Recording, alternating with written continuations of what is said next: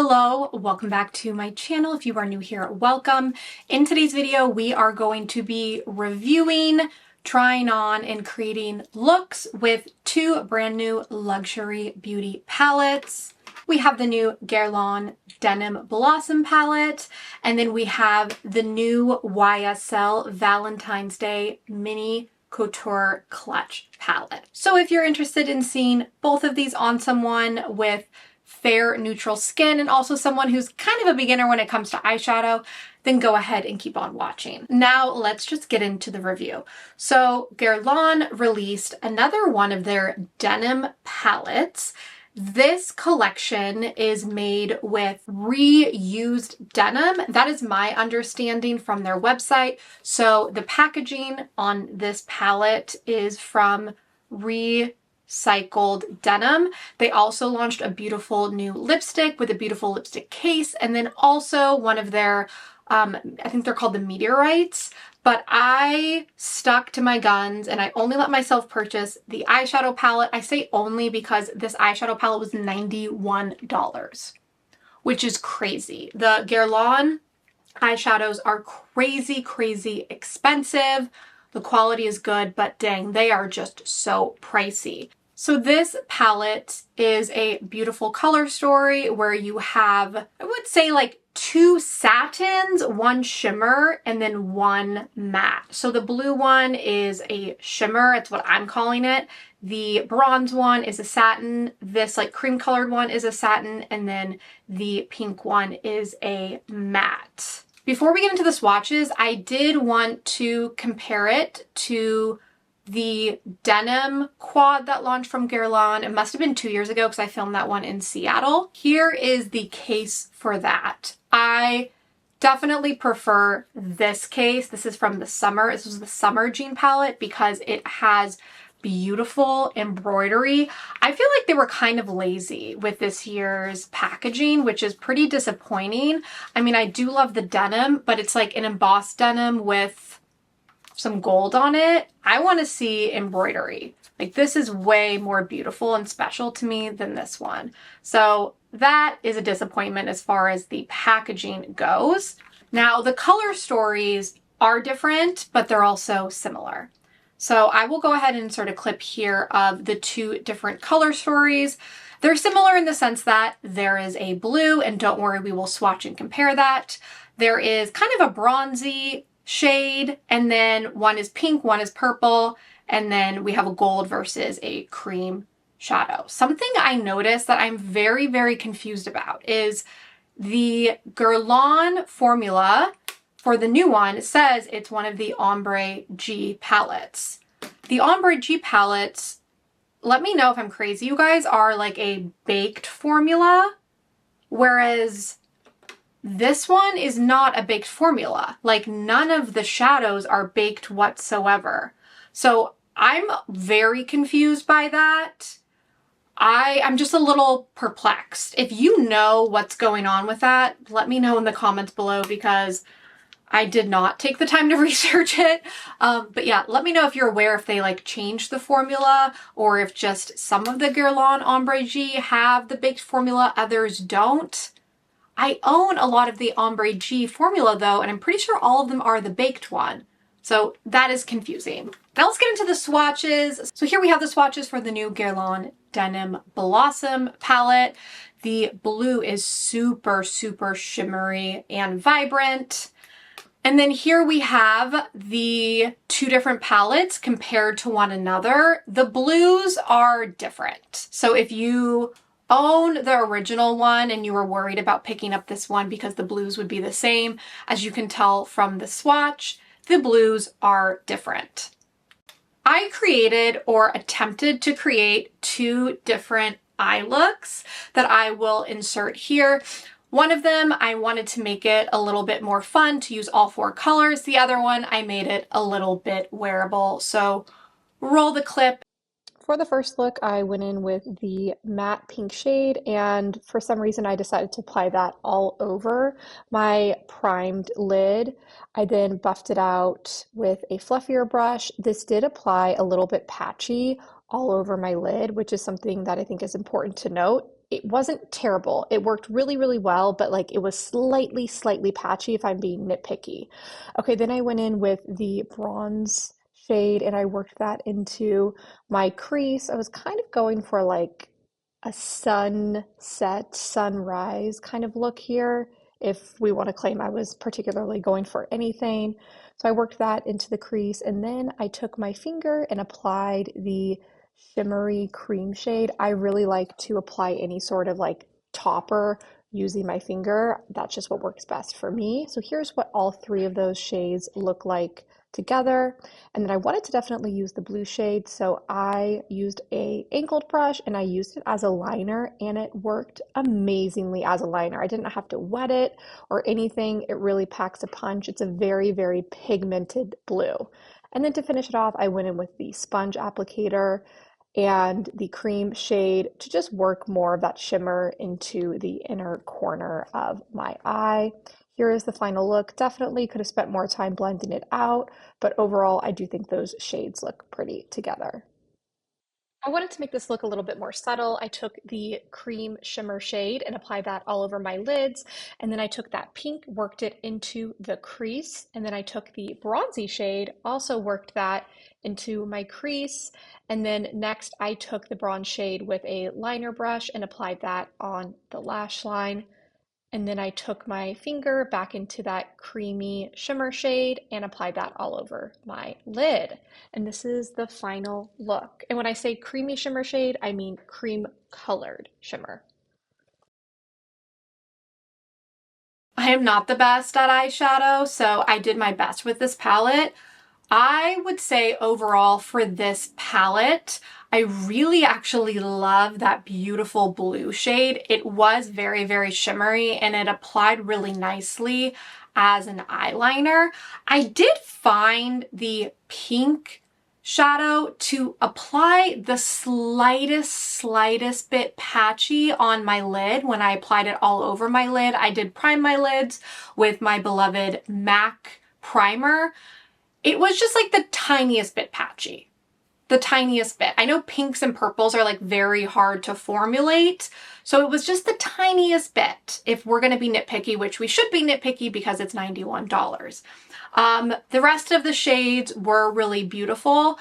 I don't love the looks I created with this. I took inspiration by first going to their website to see what looks they did, and I didn't do anything like too far off. But for me, this palette just isn't super wearable. Even in my attempts to do a more wearable look, I like the palette, but unless you are a Guerlain collector, I think you can skip this. Now let's move into the YSL palette. This is the Couture Mini Clutch in shade 126. Something that drives me nuts about the YSL products, and I'm fairly certain the blushes are the same way, is on the packaging they only put the number, they don't put the name. And I don't know why they do that, because there is more than enough real estate on here. The only thing I'm thinking of is they maybe don't want to have to translate it into multiple languages, but that's something that drives me crazy that I just wanted to quickly vent about. So this is limited edition for Valentine's Day. The outer packaging to me is not Valentine's Day. This feels more Christmas holiday-y to me, if I'm being honest. It is pretty. It is a like pink glitter that is an ombre and it ombres into silver. So I get the pink is Valentine's Day-y, but I don't know. I was a little underwhelmed by the outer packaging. However, I do just really appreciate that YSL packaging is the fun, puffy, like faux leather. They never let me down with that packaging. I did want to quickly compare to last year's Valentine's Day palette. This is last year's. This is 125, and look at this packaging. Now, this isn't necessarily Valentine's Day either, but I don't know, I just love it. It's like candy clouds, cotton candy. It's another ombre one. And then this color story, they also did adorable heart imprints on it, which we did not get in the new Valentine's Day one. The one from last year has 3 mattes and 1 shimmer. The one from this year has 2 mattes and 2 shimmers. Here, I will show you what these look like side by side. I do own almost every YSL Couture clutch, I believe. So I did pull out in my collection ones that were somewhat similar. None of them are exact, which is good news, but here we have a bunch of them laid out. Last year's Valentine's Day one isn't super similar, but I wanted to include it in the lineup so you can see. Now for arm swatches. Here are the arm swatches of the new palette 126. Here are the swatches of 126 compared to the 2 palettes in my collection from YSL that were the most similar. Again, they're not identical, but kind of similar color stories, color families. The one that is the most similar is 825. So 825 was the most similar to 126, mainly just because they both had that like mauve-y matte shade in them, and they were both 2 mattes, 2 shimmers.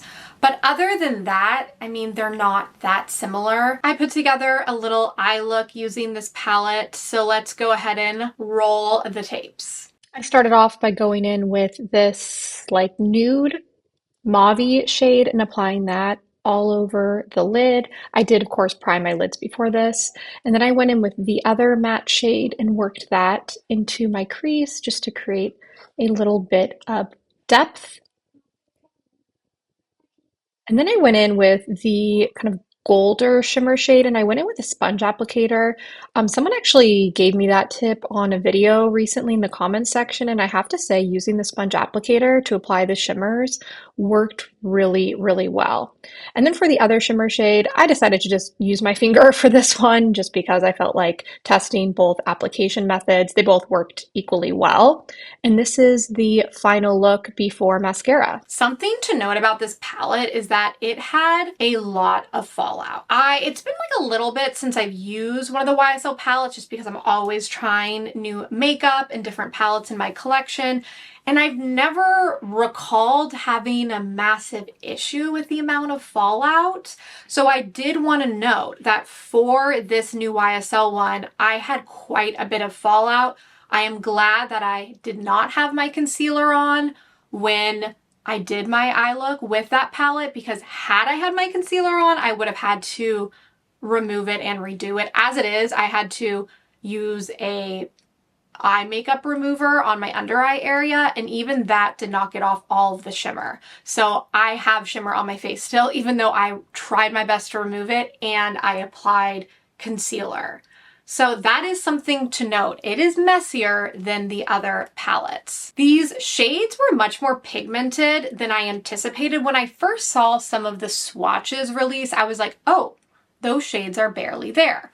No, I think they have more than enough pigment for someone with fair light skin tone. Now, again, I can't speak to how these are going to wear on someone with deeper skin tone, but for me, I thought they had plenty of pigment for my fair skin. Overall, I really like this YSL palette. I do feel like that, what is this shade? This shade here, which is the one that kind of caused a lot of the fallout, really does pack a punch though.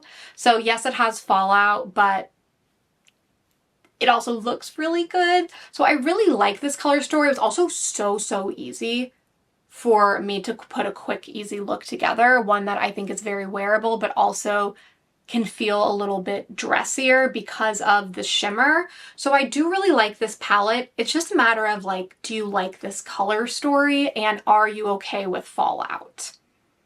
If you're meh about the color story, then obviously skip it. But if you love the YSL formulation, I think you're really going to like this one. Just make sure you like are paying attention to my swatches that I did, so you can kind of decide like, okay, does this look like too similar to the other ones in my collection? But overall, this one's a thumbs up. I'm glad I picked it up. Did it blow my socks off? No, but it performed like all of the other YSL ones did, which is it performed beautifully. It's no fuss. It's very blendable. Mattes are creamy. The glitters are very ethereal. And it did what it was supposed to do. I hope this video was helpful. If you do decide to pick up either of these products, would love if you consider purchasing through my affiliate links down below. It really does help support and fund this tiny channel so that I can pick up more makeup to continue to review. Also, don't forget to subscribe and follow me on Instagram.